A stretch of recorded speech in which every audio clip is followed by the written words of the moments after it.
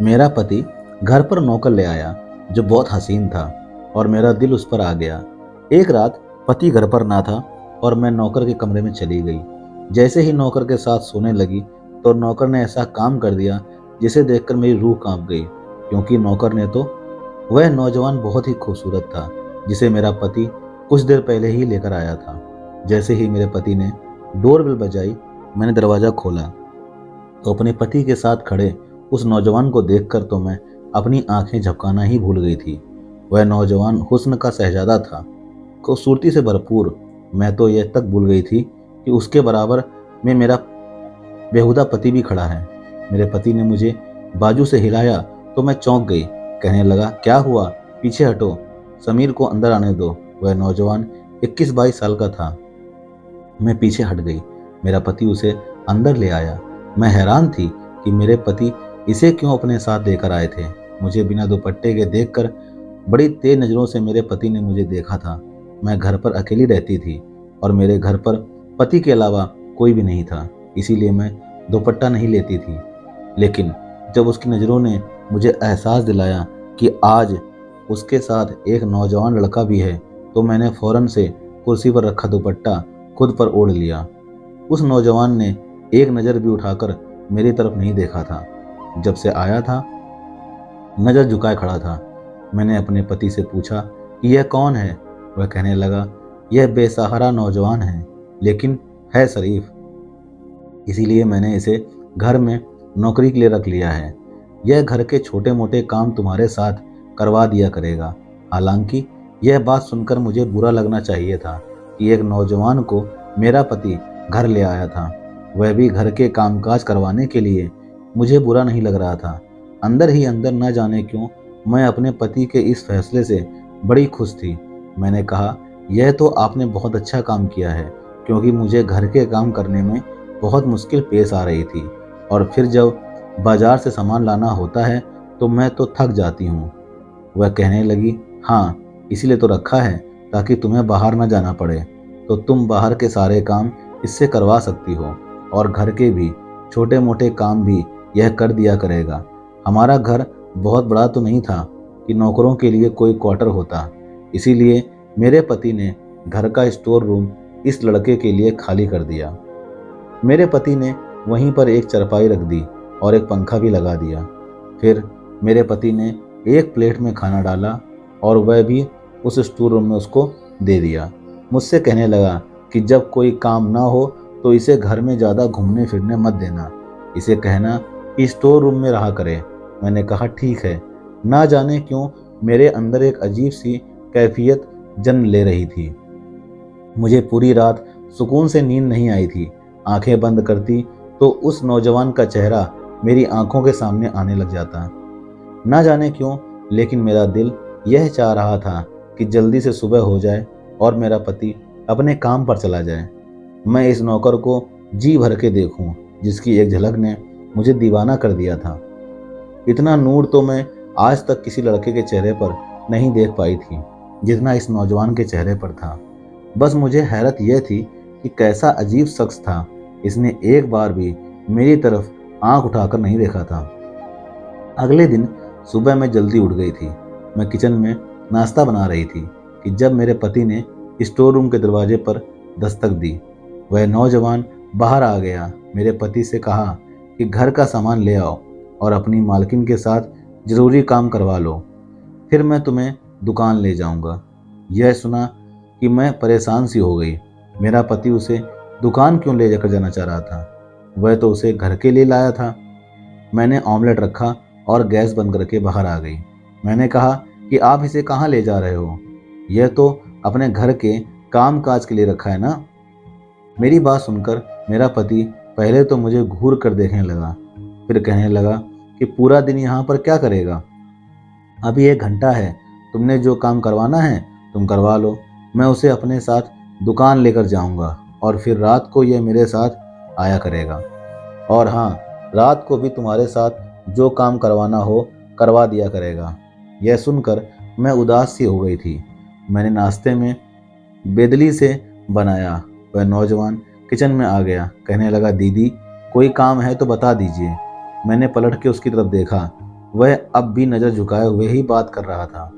उसके दीदी कहने पर तो मेरे तन बदन में आग सी लग गई थी। ठीक है कि मैं उससे कुछ साल बड़ी थी, लेकिन दीदी तो बिल्कुल नहीं थी। मैंने कहा, देखो मेरा नाम सनम है, मुझे सनम कहा करो। मैं इतनी बड़ी नहीं हूँ कि तुम मुझे दीदी कहकर बुलाओ। मैंने बड़े गुस्से में उसे यह कहा था। फिर मैंने गुस्से से बर्तन सिंक में रखे और उससे कहा कि बर्तन धोकर और किचन साफ करके फिर जाना। यह कहकर मैं बाहर आ गई। मेरा पति तैयार हो रहा था। तैयार होकर जब तक वह नाश्ता करके निपटाया तो वह नौजवान भी किचन की साफ सफाई कर चुका था। बाहर से सामान भी ले आया था। कुछ ही देर में मेरा पति उसे अपने साथ दुकान पर ले गया। न जाने क्यों आज का दिन बड़ी मुश्किल से मैंने काटा था। ऐसा लग रहा था कि जैसे वक्त ठहर सा गया हो। मैं बार बार घड़ी की सुइयां देखती रही। हालांकि रोजाना मेरा वक्त यूं ही गुजरता था, लेकिन घर के कामों से मुझे फुर्सत कभी नहीं मिलती थी। दिन बहुत जल्दी गुजरा महसूस होता था, लेकिन आज तो ऐसे था जैसे वक्त कट ही नहीं रहा हो। मैं अपनी बेचैनी से बहुत परेशान थी। बार बार मुझे उस नौजवान का ख्याल आ रहा था। जैसे ही रात को मेरे पति के आने का वक्त हुआ, मैं जल्दी से कमरे में गई। एक अच्छे से कपड़े पहने, मेकअप किया और अपने बाल भी खुला छोड़ दिए। हालांकि मेरी शादी को 7 साल हो चुके थे और मैं अपने पति के लिए कभी भी इस तरह से तैयार नहीं हुई थी। शादी के शुरू दिनों में 1 महीने तक मैंने खुद को सजाया संवारा था, लेकिन उसके बाद मैं घर के कामों में से उलझ कर रह गई थी। लेकिन ना जाने क्यों आज मेरा दिल चाहा कि मैं अपने आप को सजाऊं, संवारूं। मेरी गिनती खूबसूरत औरतों में होती थी। मेरी उम्र 30 साल के लगभग थी, लेकिन मैं बेहद खूबसूरत थी। देखने वाले मुझे शादीशुदा भी नहीं समझते थे। जब मैं अपने पति के साथ कहीं जाती तो सभी मुझे हैरत भरी नज़रों से देखा करते थे, क्योंकि मेरा पति दिखने में जरा भी खूबसूरत नहीं था। पेट निकला हुआ था, कद भी छोटा था और मैं नैन नक्श से भी कुछ खास नहीं थे और मैं एक हसीन औरत थी। इसीलिए अपने नौकर के हुस्न को देखकर मेरी दबी ख्वाहिशें मेरे अंदर लावे की तरह भड़क उठी थीं। जैसे ही रात को मेरा पति घर पर दाखिल हुआ, मुझे देखकर वह हैरान हुआ था, लेकिन मेरी नज़रें तो उस पर टिकी हुई थीं। पूरा दिन मैं न जाने कैसे काटा था, लेकिन वह बड़ा अजीब शख्स था। एक नज़र उसने मुझ पर डालकर नहीं देखा और यह बात मुझे अंदर से और भी उलझन पैदा कर रही थी। बल्कि मेरा पति मुझे देखकर बड़ा खुश था। खाना खाने के बाद कहने लगा कि आओ सनम, आज तुम्हें लॉन्ग ड्राइव पर लेकर चलता हूँ। तुम बहुत अच्छी लग रही हो। लेकिन मैं उसके लिए सजी ही कब थी जिसके लिए मैंने ये सब तैयारी की थी। उसने तो एक आंख भरकर भी मुझे नहीं देखा था। मैं चाहती थी वह मुझे देखे और देखकर अपने होश खो दे, क्योंकि मैं भी हुस्न में कम न थी। लेकिन वह तो सीधा स्टोर रूम में चला गया। मैंने अपने पति से कहा कि मेरे सर में बहुत दर्द है, मुझे कहीं नहीं जाना। यह कहकर मैं अपने कमरे में चली गई। बड़े ही बेदिले से मैंने चूड़ियाँ उतारकर सामने ड्रेसिंग पर रख दी, अपनी ज्वेलरी उतारी, बालों का जूड़ा बनाकर बालों को क्लेचर पर लगा दिया और कपड़े भी बदल लिए। अब मैं सोचने लगी किस तरह से इस नौजवान को अपने पास खींचूं। मेरा दिमाग में बस एक ही तरकीब आई थी। अपने पति के उठने से पहले मैं छत पर चली गई, धुले हुए कपड़े उतारे और सीढ़ी उतरते हुए जानबूझकर अपना पांव मोड़ लिया और मैं अपना बैलेंस न बना पाई और धड़ाम से सीढ़ियों पर गिर गई। मेरा पैर पर अच्छी खासी मोच आ गई थी। घुटना भी अलग से सूज गया था।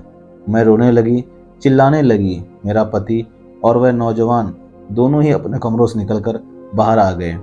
मुझे मेरे पति ने जब छत की सीढ़ियों से नीचे देखा तो कहने लगा, क्या हुआ? मैंने कहा कि मेरा पाँव टूट गया है।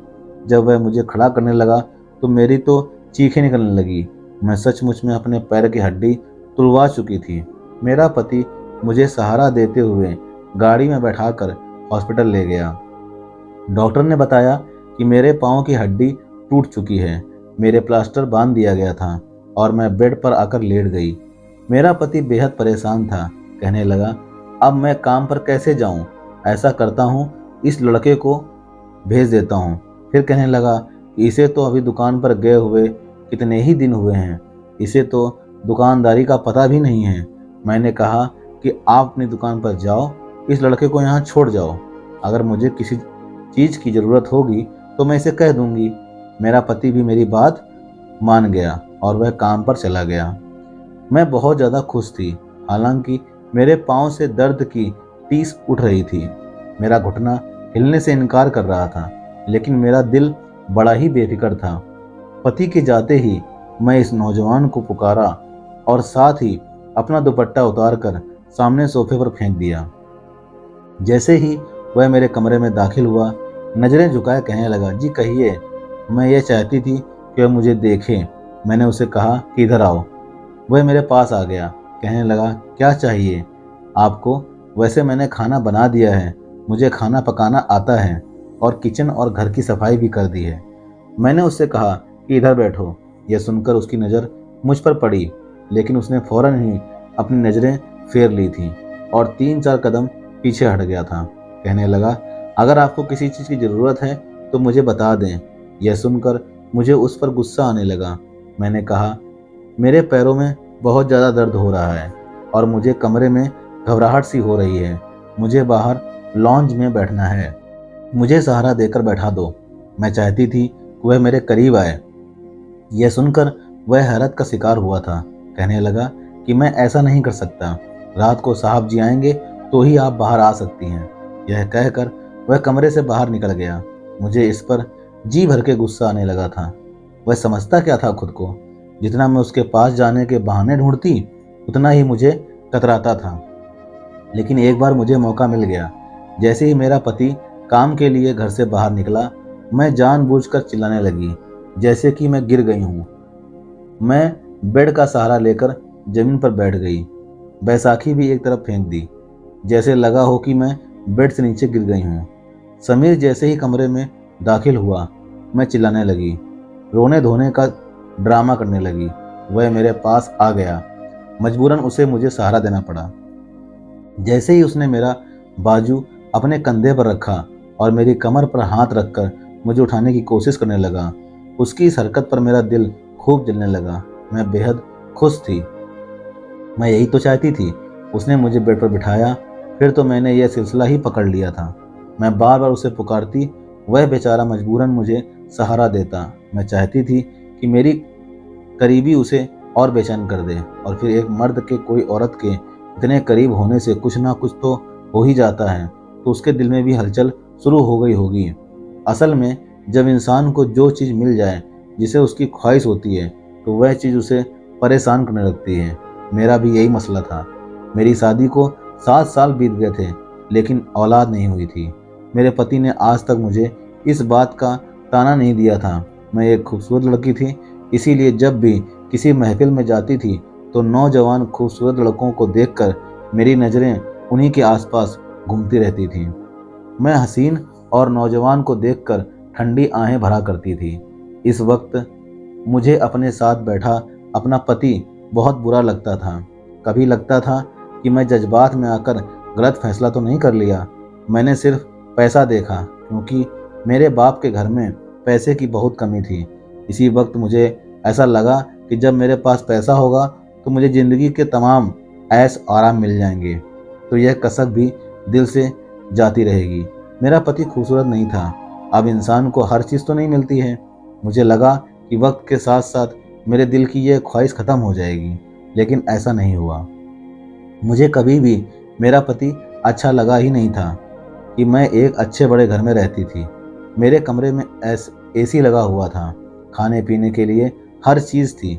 पैसा खर्च करते हुए मुझे सोचना बिल्कुल नहीं पड़ता था, लेकिन मुझे अपने पति की संगत से घिन आती थी।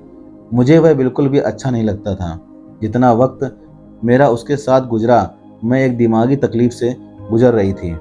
उस वक्त ना तो मुझे कोई ऐसा अच्छा लगता था और ना ही वह बड़ा घर। कभी कभी मुझे यह लगता था कि शायद मैंने बहुत बड़ी गलती कर दी कि इस आदमी से शादी कर ली।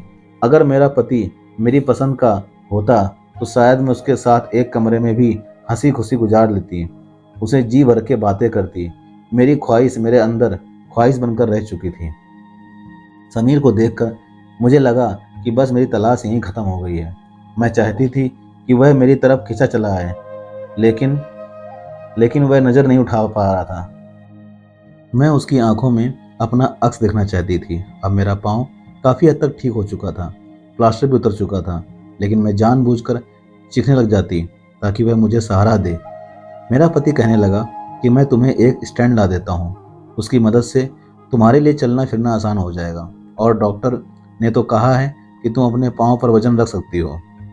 मैंने गुस्से से अपने पति की तरफ देखा तो मैंने कहा, डॉक्टर को क्या पता कि मुझे क्या तकलीफ है? उसका क्या है, वह तो जो चाहे कह देगा। लेकिन यह ड्रामा भी मैं कब तक कर सकती थी? मैं अपने पति से पीछा छुड़वाना चाहती थी। एक बार जब मेरा पति दुकान पर किसी से बात कर रहा था, उसके पास नोकिया का छोटा सा मोबाइल था, लेकिन वह बात करने में बिजी था। मेरा पाँव अब चलने फिरने के काबिल था। मैं जानबूझकर धीरे से चलती हुई किचन के दरवाजे तक चली गई। वह किसी न किसी से कुछ न कुछ कह रहा था कि मैं बहुत जल्द माँ को तुम्हारे घर भेज दूंगा। अब तो मेरी नौकरी भी लग गई है, तुम्हारा बाप अभी इनकार नहीं कर सकता। मैंने बहुत बड़ी रकम भरी है, मैं शादी करके तुम्हें शहर ले जाऊंगा। यह सुना था कि मेरे होश उड़ने लगे। मैं तो समीर से बेहद मोहब्बत करने लगी थी, उससे जुदा नहीं हो सकती थी। मैं चाहती थी कि वह मुझसे मोहब्बत करे, लेकिन वह तो शायद किसी और लड़की के चक्कर में था। मैं धीरे धीरे से चलती हुई अपने कमरे में गई। मुझे इस वक्त सब कुछ बुरा बुरा सा लग रहा था। मेरा जी चाहा कि वह लड़की मेरे सामने आ जाए तो मैं उसका गला घोंटकर उसे मार डालूं। समीर मेरे अलावा कैसे किसी लड़की से मोहब्बत कर सकता है? मैंने आईने के सामने अपने आप को देखा। मैं बहुत खूबसूरत थी। यह कैसे मुमकिन है कि मैं समीर को अच्छी ना लगूं? वह कैसे मेरे अलावा किसी भी लड़की से ऐसे बात कर सकता है, उसकी तरफ देख सकता है? फिर मेरे दिमाग में आने लगा कि हो सकता है कि वह लड़की बहुत ज़्यादा खूबसूरत होगी, मुझसे भी ज़्यादा हसीन होगी। बहरहाल जो भी है, मैं यह बर्दाश्त नहीं कर पा रही थी। गुस्से से मेरी आंखों से आंसू बहने लगे थे। मैंने समीर को आवाज़ दी, मेरे कमरे में आ गया, लेकिन मुझे सही सलामत अपने पाँव पर खड़ा देखकर वह कुछ हैरान सा हुआ था। कहने लगा, बीवी जी कैसे बुलाया मुझे?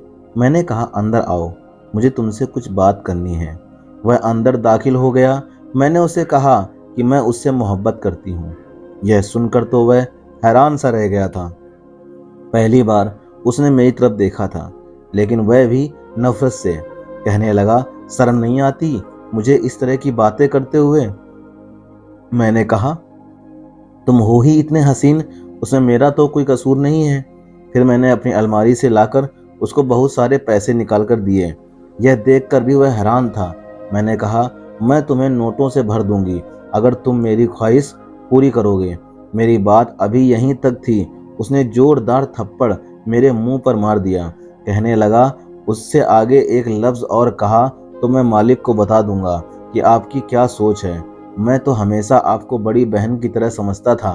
आपको शर्म नहीं आती मेरे बारे में ऐसा सोचते हुए? मुझे उसके थप्पड़ से इतनी तकलीफ नहीं हुई थी जितना उसके बहन कहने से हुई थी। मैंने कहा, नहीं हूँ मैं तुम्हारी बहन, मैं तुमसे मोहब्बत करती हूँ, तुम्हारी मोहब्बत में दीवानी हो चुकी हूँ। मुझे हर कीमत पर तुम्हें पाना है, और जिस लड़की से तुम शादी की बात कर रहे थे, मैं तुम्हें वह भी नहीं करने दूंगी। और अगर तुमने कोशिश भी की, तुम मेरे पति को मेरे बारे में कुछ भी बताया, तो तुम सोच भी नहीं सकते कि मैं तुम्हारे साथ क्या क्या कर सकती हूँ। मैं जुनूनी हो चुकी थी। मैं दीवानों की तरह चिल्ला चिल्ला कर उससे कह रही थी। यह सुनकर वह फौरन से कमरे से बाहर निकल गया। अगले दिन जो कुछ उसने कहा, मैं तो होश खो बैठी थी। वह मेरे पति से कहने लगा कि मैं आपकी नौकरी नहीं कर सकता। मेरे पति ने कहा कि क्यों नहीं कर सकते? क्या तुम भूल रहे हो कि तुमने मेरे साथ 2 साल का कॉन्ट्रैक्ट किया है? मेरा पति कहने लगा कि इस दिन तुम रो रहे थे, हाथ जोड़ रहे थे कि मैं तुम्हें नौकरी दे दूं, और अभी तुम्हें नौकरी करते हुए 2 महीने नहीं गुजरे। वह कहने लगा कि मैं आपको वजह नहीं बता सकता। मेरे पति ने उससे कहा कि ठीक है, जो पैसे मैंने तुम्हें एडवांस दिए थे वो लौटा दो, मुझे वापस कर दो। मुझे पूरे 5 लाख की रकम मैं तुम्हें यूं ही नहीं दी थी कि तुम 2 महीने में खुद नौकरी छोड़ दो। मैंने तुम्हें घर पर इसीलिए रखा था क्योंकि तुम एक शरीफ लड़के थे। तुम्हारे होते हुए मुझे फिक्र करने की ज़रूरत नहीं थी कि मेरी बीवी सुरक्षित नहीं है। मुझे इतना भरोसा है कि तुम पर, बस इसी वजह से मैंने तुम्हें रखा था। और वैसे भी कल शहर से बाहर जा रहा हूँ, 3 दिन बाद वापस लौटूंगा, इसीलिए 3 दिन तक मैं तुम्हें कोई छुट्टी नहीं दे सकता।